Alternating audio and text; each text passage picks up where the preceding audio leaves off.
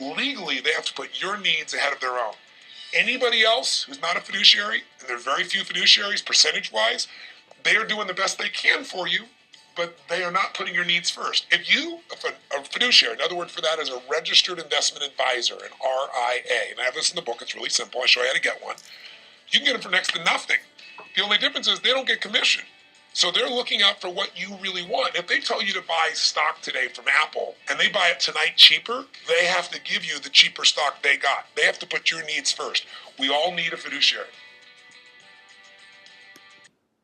Okay, thanks, Tony. This is a quick look at the rare and individual heroes, I guess, that'll tell you the truth on the difference between two types of investment advisor, the fiduciary or the guy who only has to sell you something suitable. There's 88 words in this speech to the Consumer Federation of America from SEC Chair Mary Jo White. She tells it about the difference between, tells it well about the difference between brokers protecting the dealers and fiduciaries protecting the client. The Ontario Securities Commission in Canada standard of conduct for advisors and dealers. They're just exploring the appropriateness of introducing a best interest duty when advice is provided to retail clients. Again, Ontario Securities Commission, here's a appropriateness of introducing a best interest duty. Here's all the letters of people who are for or against it. Many of the investment dealer participants are arguing strongly against having to provide a best interest standard to investment customers. We go on to the Canadian Securities Administrators. Most brokers, advisors in Canada are registered as a dealing representative. If you look it up at CSA website, that just means they're a salesperson, and they're kind of fooling people if they say they have a duty to care for you. Certainly don't have a fiduciary duty. Look it up here, securities-administrators.ca. The Canadian regulators hide this very, very well. They're not very courageous to tell you. The Wall Street Journal, Jason Zweig tells you, although I think this article has been cleansed from the Wall Street Journal website, should you go to an advisor with an E or an advisor with an O?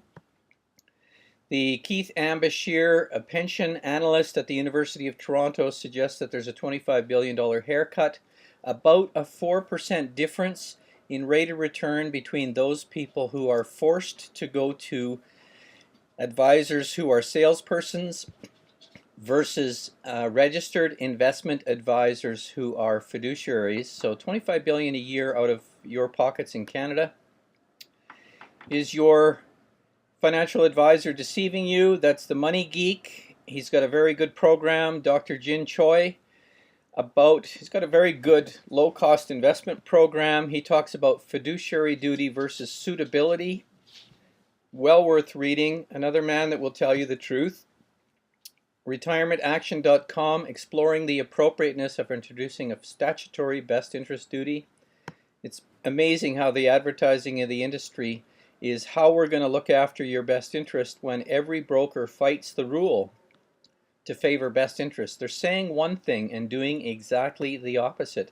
Professor John Kay in the UK, he talks about fiduciary duties, and he does an excellent job. This is well worth reading. And let's see how many more we got. The difference between advisors and counselors, or again, two different types of advisors. That's Toronto Globe and Mail, John Heinzel.